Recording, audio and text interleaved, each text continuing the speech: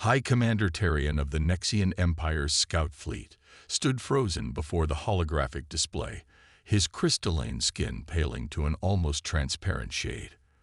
The quantum sensors couldn't be wrong. They had triple-checked the readings. Earth, this supposedly primitive planet on the outer rim of the galaxy, had somehow assembled the largest military force he'd ever encountered in his 3 centuries of service. "Impossible," he whispered, his voice barely audible in the command center of the stealth vessel Silent Dawn. "Run the analysis again, Lieutenant Venna." His second-in-command's fingers danced across the bioorganic interface. "Sir, the readings are consistent. We're detecting approximately 2.1 billion humans of military age, with active forces numbering in the hundreds of millions. Their weapon signatures indicate everything from basic projectile weapons to... Sir, they have quantum-tipped warheads. They shouldn't have those. Not at their technological level." Tarian's crystalline appendages clinked softly as he paced the deck. The Nexian Empire had chosen Earth as their next conquest precisely because their long-range scans showed a pre-FTL civilization, barely able to reach their own moon. The invasion was supposed to be simple, a quick show of force, followed by immediate surrender. Standard procedure for expanding the Empire's influence. But this changed everything. "Show me their orbital defense grid," he commanded, and the holographic display shifted. A complex network of satellites and space stations materialized, many of them carefully hidden behind stealth fields that would have fooled less sophisticated scanners. "They've been preparing for us, or something like us." Lieutenant Venna's voice trembled slightly. "Sir, there's more. We're detecting unusual energy signatures from beneath the planet's surface. Massive power sources, unlike anything in our database. They appear to be, sir, they appear to be ancient tech." The words hit Tarian like a plasma burst. Ancient technology. The mysterious artifacts left behind by the precursor race that had seeded the galaxy with life. The Nexian Empire had built their technological supremacy on reverse engineering the few ancient relics they'd discovered. But Earth seemed to be sitting on a goldmine. "Prepare a full report for the High Council," Tarian ordered, his mind racing through the implications, but encrypted at the highest level. No one below Omega clearance should see this. As his crew hurried to comply, Tarian studied the holographic representation of Earth rotating before him. The humans had somehow managed to hide their true capabilities from the galaxy for decades, perhaps centuries. They had built up their forces in secret, all while maintaining a convincing facade of technological backwardness. But why? What were they preparing for? The answer came 3 days later, as the Silent Dawn prepared to break orbit and return to Nexian space. Their sensors detected a massive energy surge from one of Earth's polar regions, and before Tarian could react, a quantum communication beam struck their ship with pinpoint accuracy. The message was brief, transmitted in perfect Nexian. "We know you're there, Commander Tarian. We've known about your empire for longer than you've known about us. Leave now and tell your council this. Earth is not your next conquest. We are not your subjects. We are your reckoning." The implications staggered him. The humans hadn't just been preparing for generic alien contact. They had specifically identified and studied the Nexian Empire. Somehow, they had gathered intelligence on a civilization thousands of light years away, all while appearing to be simple primitives tethered to their own world. As the Silent Dawn engaged its quantum drive and prepared to jump to FTL, Tarian made a decision that would alter the course of 2 civilizations. He began composing 2 reports. The first, official report would tell the High Council exactly what they wanted to hear, that Earth was a primitive world, ripe for conquest. That report would trigger the invasion fleet's launch exactly as the humans seemed to expect. The second report, encrypted with his personal codes and sent through back channels to a select few members of the Council who still valued truth over empire, contained the real data. And a warning. The humans are not what they seem. They have not been building an army. They have built the army. And they have been waiting for us. In his private quarters, Tyrion stared at the classified footage of Earth's hidden military might. The humans had played a masterful game of deception. But to what end? Were they truly preparing for the Nexian Empire specifically, or was there something else out there, something worse, that had driven them to create such overwhelming military power in secret? He had a feeling he would learn the answers soon enough. The invasion fleet would launch within the month. Thousands of ships, millions of troops, all headed toward what the High Council believed would be an easy victory. Tyrion knew better. He wasn't looking at the prelude to a conquest. He was watching the beginning of a war that would reshape the galaxy. And somehow, deep in his crystalline core, he suspected the humans had planned it this way all along. As the silent dawn disappeared into quantum space, Earth's defenders tracked its departure with systems far more advanced than anything the Nexian scout had detected. In a deep underground facility beneath the Rocky Mountains, General Reyna Patel smiled as she read the quantum intercepts of both of Tyrion's reports. "Right on schedule," she murmured, before turning to her staff. "Begin Phase 2. We have 30 days before they arrive. Let's make them count." The trap was set. Humanity's long wait was nearly over. And the true purpose of Earth's hidden army was about to be revealed. The Nexian invasion fleet materialized in Earth's outer solar system exactly 30 days after Tyrion's departure, their quantum signatures lighting up human sensor arrays like a cosmic Christmas tree. Over 10,000 ships strong, it was the largest military force the Empire had ever assembled, a testament to their determination to claim Earth as their crown jewel. Fleet Admiral Castor, his crystalline form wrapped in the ceremonial armor of the Empire's greatest warriors, stood proudly on the bridge of the flagship Eternal Dawn. "Look at their pitiful orbital defenses," he sneered, gesturing at the scattered satellites and crude space stations their long-range sensors detected. "Commence the opening bombardment. Let's show these primitives the price of defiance." But in her command bunker beneath the Rockies, General Reyna Patel watched the Nexian fleet's approach with cold satisfaction. "They took position Alpha, just as predicted," she commented to her staff. "Signal the Jupiter defense grid. Execute Protocol Prometheus." Deep within Jupiter's swirling storms, thousands of hidden weapons platforms stirred to life.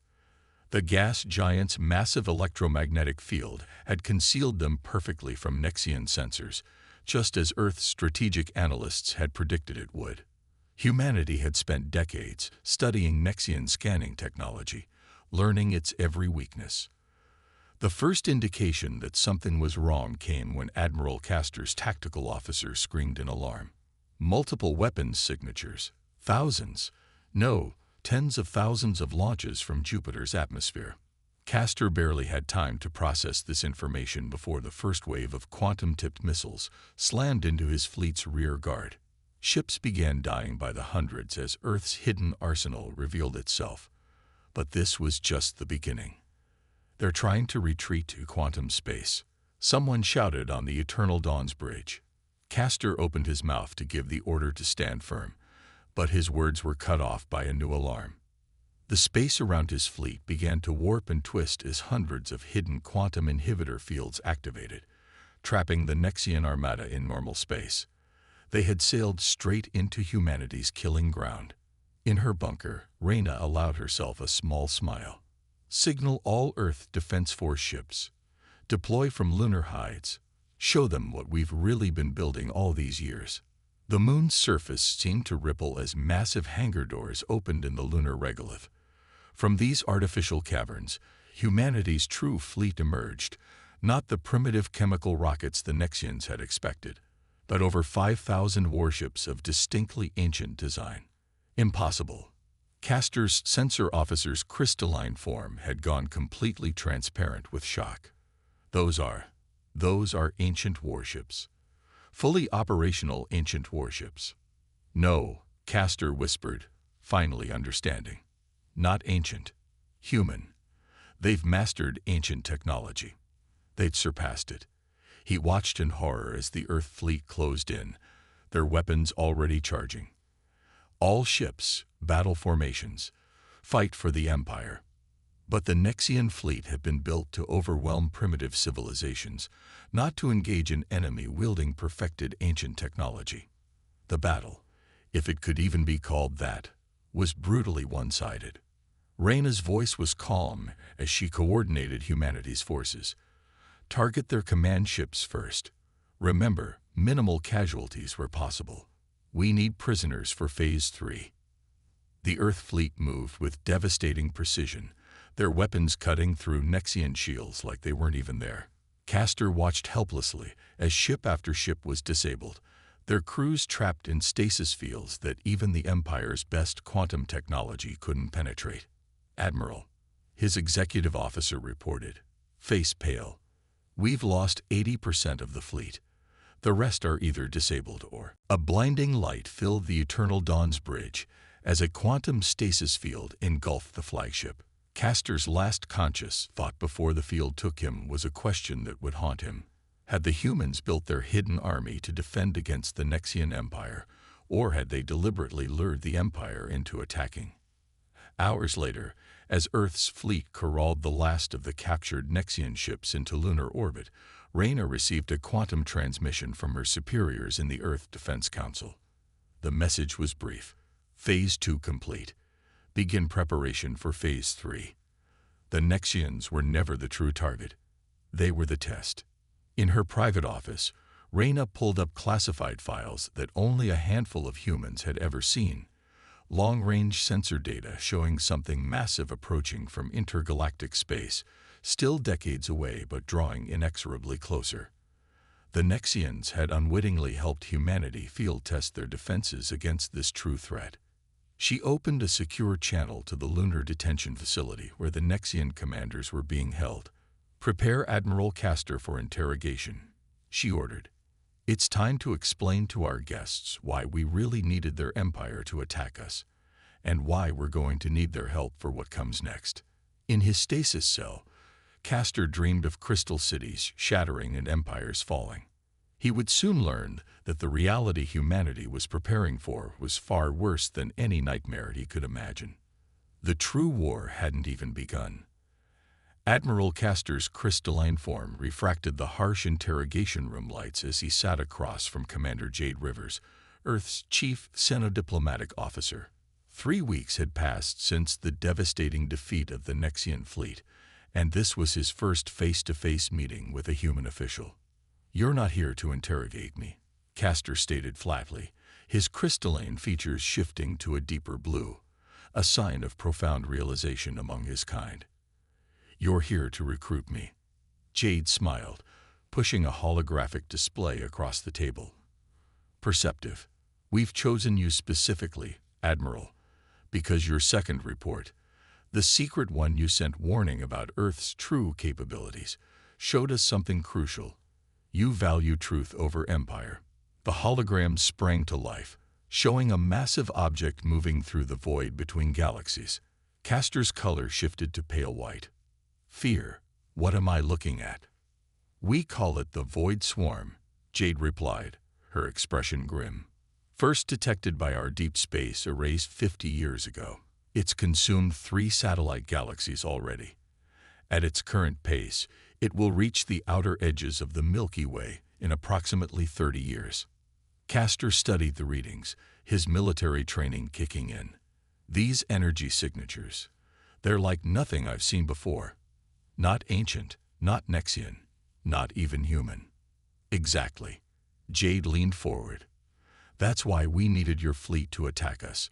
We needed to test our adapted ancient technology against real opposition. The Void Swarm is different. Conventional weapons, even ancient ones, barely slow it down. But we have a theory about combining human, ancient, and Nexian technology. And that's why you captured our ships intact."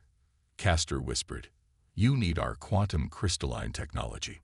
Their conversation was interrupted by a priority alert. Jade's comm unit buzzed, and General Reyna Patel's hologram appeared. "Commander Rivers, we're detecting unusual activity from the Void Swarm. It's accelerating. New estimated arrival, 18 months. Castor watched as Jade's professional demeanor cracked slightly. showing real fear beneath. For the first time, he realized that humanity's impressive display of power might not be enough for what was coming. "Show him the rest," Reyna ordered before her hologram winked out. Jade's fingers danced across the holographic controls, bringing up new images that made Castor's crystalline body resonate with horror. Entire worlds being consumed, transformed into something that defied comprehension.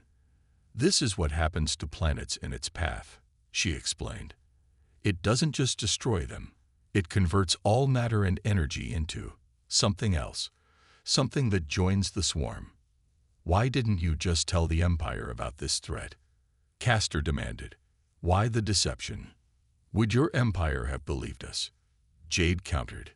"Would they have agreed to share their technology, to work under human leadership? Or would they have seen it as a trick, a sign of weakness to exploit?" Castor's color shifted to a deep purple, acknowledgement of an uncomfortable truth. "So what now?" "Now," Jade said, standing, "you help us save both our civilizations.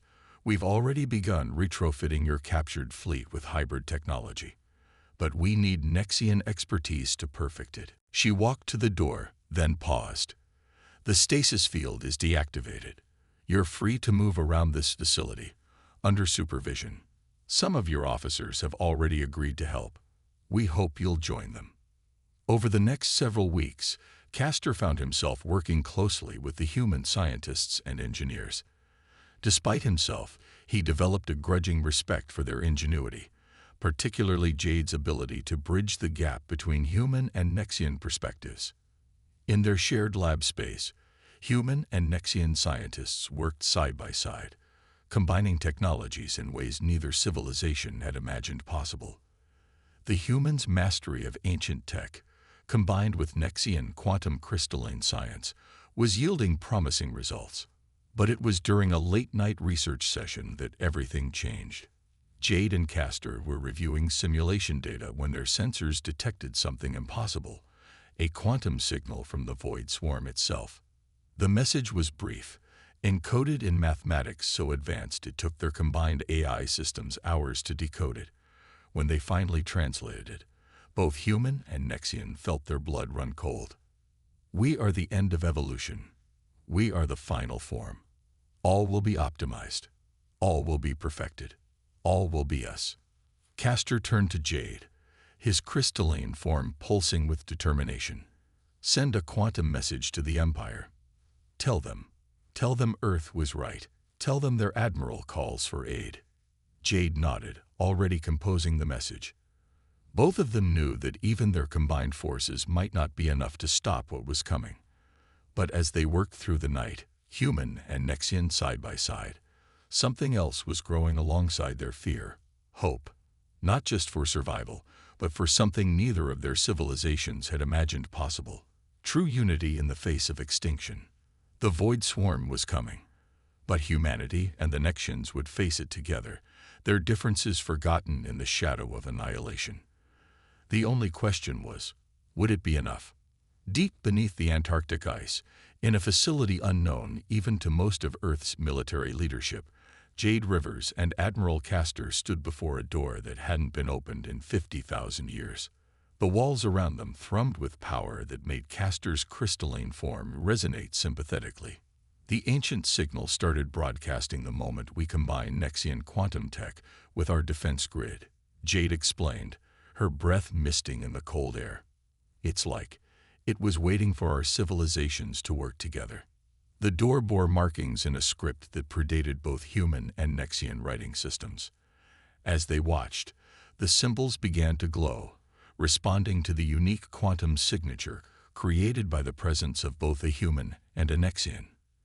"You're saying this facility isn't ancient tech at all?" Castor asked, his form shifting through colors of confusion and excitement. "No," came General Reyna Patel's voice as she emerged from the shadows. "It's older. Much older.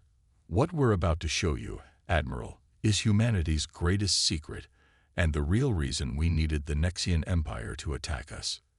The door split open with a sound like breaking ice, revealing a vast chamber beyond. As they walked inside, Holographic displays sprang to life around them, showing images that defied comprehension. Star maps of galaxies that no longer existed, diagrams of technologies that violated known physics, and most shockingly, images of the void swarm from 50 million years ago. "Impossible," Castor whispered. "The swarm has existed for that long." "Not exactly," Rayner replied, activating the central console. "What you're seeing is from the last time it appeared. The last time it tried to optimize all life in the galaxy." A new hologram appeared, a species that looked almost, but not quite, human. Their DNA structure appeared on adjacent displays, showing clear markers that would eventually lead to both modern humans and, incredibly, to Castor's own crystalline species. "They called themselves the predecessors," Jade explained. "They seeded both our species across the galaxy, but not just as an experiment in evolution. They were creating backup copies, insurance policies against the return of the void swarm." "But why separate us?" Castor demanded. "Why not keep our species together, strong in unity?" Rayna's fingers danced across the ancient controls.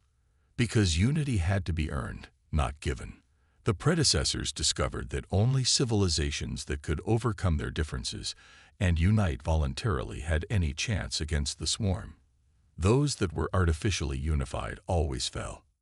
The chamber's displays shifted, showing the final battle between the predecessors and the last void swarm. The scale of the conflict was beyond comprehension. Entire galaxy arms used as weapons, space and time themselves twisted into defense mechanisms. "The predecessors won," Jade continued, "but at a terrible cost. Their civilization was devastated. Before they vanished, they left behind two children races, humans and Nexians, along with all their knowledge and technology, hidden where we would only find it once we were ready. And this facility," Castor began, "is their final legacy." Rayna finished. "A weapon of unimaginable power, designed to be operated only by unified human and Nexian consciousness. We found hints of its existence decades ago, but we couldn't activate it without Nexian quantum technology freely given in alliance. That's why you let us attack," Castor realized, his crystalline form pulsing with understanding. "You needed us to choose to join you, not be conquered or coerced." The facility's systems continued to power up around them, responding to the growing trust and cooperation between the former enemies. Data streamed across the displays. Activation sequences, weapon specifications, tactical analyses refined over millions of years. But it was another discovery that silenced them all. In a secured data core, they found the predecessor's final message, along with the true nature of the void swarm. "It's not just a force of destruction," Jade breathed, reading the ancient text. "It's an immune response. The universe itself is trying to eliminate what it sees as a disease, conscious life." "Then our fight isn't just for survival," Castor said, his color shifting to deep crimson determination. "It's for the right of consciousness itself to exist." As if in response to his words, a new alert blared through the facility. The void swarm had changed course again, accelerating faster than ever. It would reach them in less than a month. Rayna's face hardened with resolve. "Then we have 1 month to master this facility's weapons and unite our civilizations completely. The predecessors built this place as humanity and the Nexians' final exam. If we pass, we survive. If we fail..." She didn't need to finish the sentence. They all knew what failure meant, not just the end of their civilizations, but the end of all conscious life in the galaxy. The predecessors' gamble, 50 million years in the making, would face its final test. As the ancient facility hummed to full power around them, Jade turned to Castor. "Ready to make history, Admiral." Castor's crystalline form glowed with fierce determination. "Ready to save it, Commander." Above them, through miles of ice, the Antarctic stars wheeled in their courses, unaware that beneath them, the children of the predecessors were finally coming together to face their ultimate trial. The true war for consciousness was about to begin. The void between stars rippled with impossible energies as the swarm approached the Milky Way's outer rim. Its vast consciousness, spanning light years, registered something new. A combined fleet of human and Nexian ships, their technologies merged in ways that shouldn't have been possible, waiting at the galaxy's edge. In the command center of the predecessor facility beneath Antarctica, Jade Rivers and Admiral Castor monitored the approaching conflict through their neural interfaces. Around them, hundreds of human and Nexian operators worked in perfect synchronization, their minds linked through a combination of ancient interfaces and Nexian quantum crystals. "Swarm will make contact in 10 minutes. Reyna's voice echoed through the chamber. "All ships report ready. The Nexian Empire's reinforcement fleet has taken position." The month of preparation had transformed both civilizations. The Nexian Empire, faced with irrefutable evidence of the swarm's threat, had thrown its full support behind the joint defense effort. Hybrid ships bristled with weapons that combined human ingenuity, Nexian quantum science, and predecessor knowledge. "Energy spike," called out a sensor operator. "The swarm is attempting communication." The message thundered through their combined consciousness. "Your resistance is inefficient. Your biological and technological progress is limit. Subject to optimization." Jade and Castor exchanged glances. They had prepared for this moment, understood now what the swarm truly was, an automatic defense system gone wrong, convinced that conscious life itself was a threat to universal stability.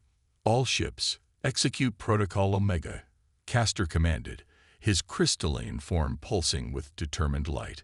"Show them what true optimization looks like."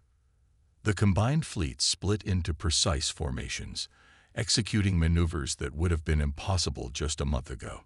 Human tactical brilliance merged with Nexian quantum coordination, creating battle strategies that existed in 4 dimensions simultaneously. The swarm struck first, tendrils of void-dark energy reaching for the defenders. But where such attacks had annihilated civilizations before, they found something new. Shields that existed in quantum superposition, simultaneously there and not there, impossible to target.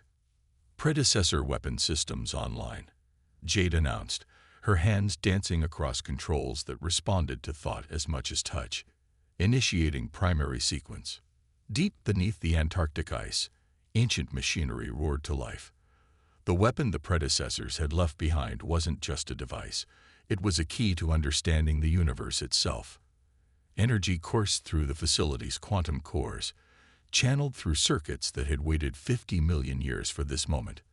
The swarm recoiled as the first blast hit it, not a weapon of destruction, but one of transformation. The combined consciousness of humans and Nexians, amplified through predecessor technology, reached out to touch the vast alien mind. "We understand what you are," their united thoughts proclaimed. "You were created to protect universal order.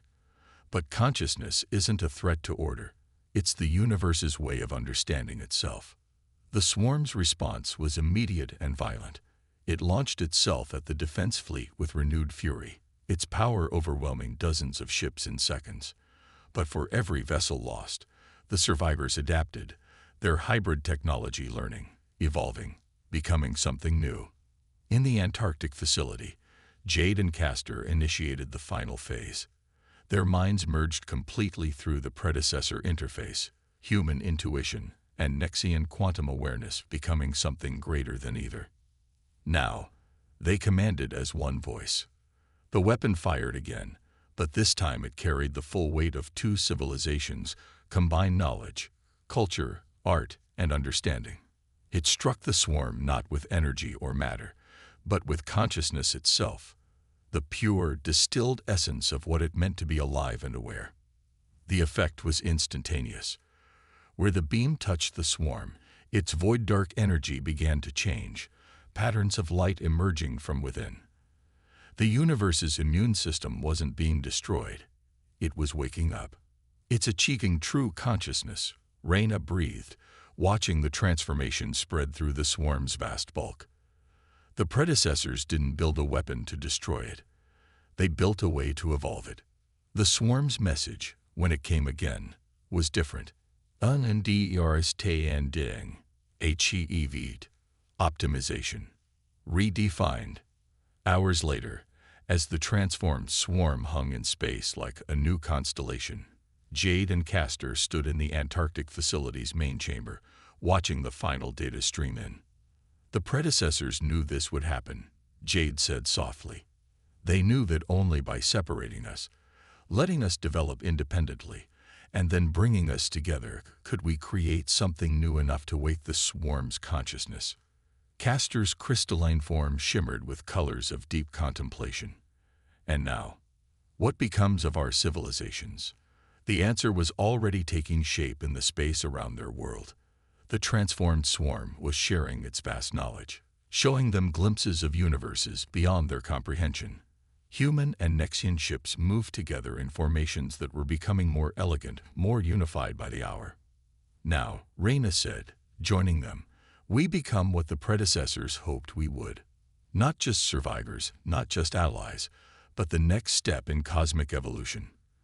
Together, above them, through the ancient facility's quantum sensors, they could see ships from across the galaxy arriving. Other civilizations drawn by the light of their victory, coming to join what was becoming the greatest unity of consciousness the universe had ever seen. The dawn of a new age had arrived, born from the union of two civilizations that had started as enemies and discovered they were family all along. And somewhere, in dimensions beyond normal space and time, the predecessors watched their children take their first steps into a larger universe, their 50-million-year gambit finally, gloriously complete. The end.